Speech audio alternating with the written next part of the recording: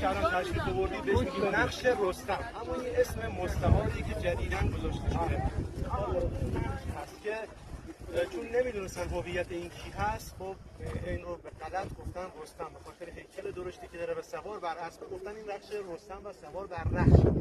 اما بعدا که کتیبا رو خوندن متوجه شدن ایشون در واقع شاپور ساسانی دومین شاه ساسانی و مقتدرترین شاه ساسانی است.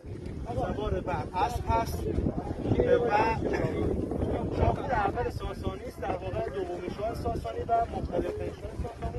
سوار بر اسب، دو تا امپراتور جلوش کشیده شده.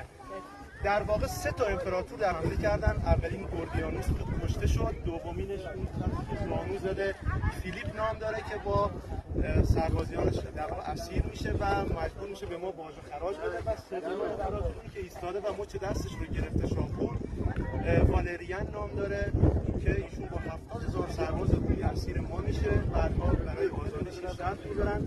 شرطش هم این بوده که در ایران در مکان شهر دسپور دانشگاه جندی شاپور رو به سبک رومی‌ها برای ما بسازه با دستور شاپور.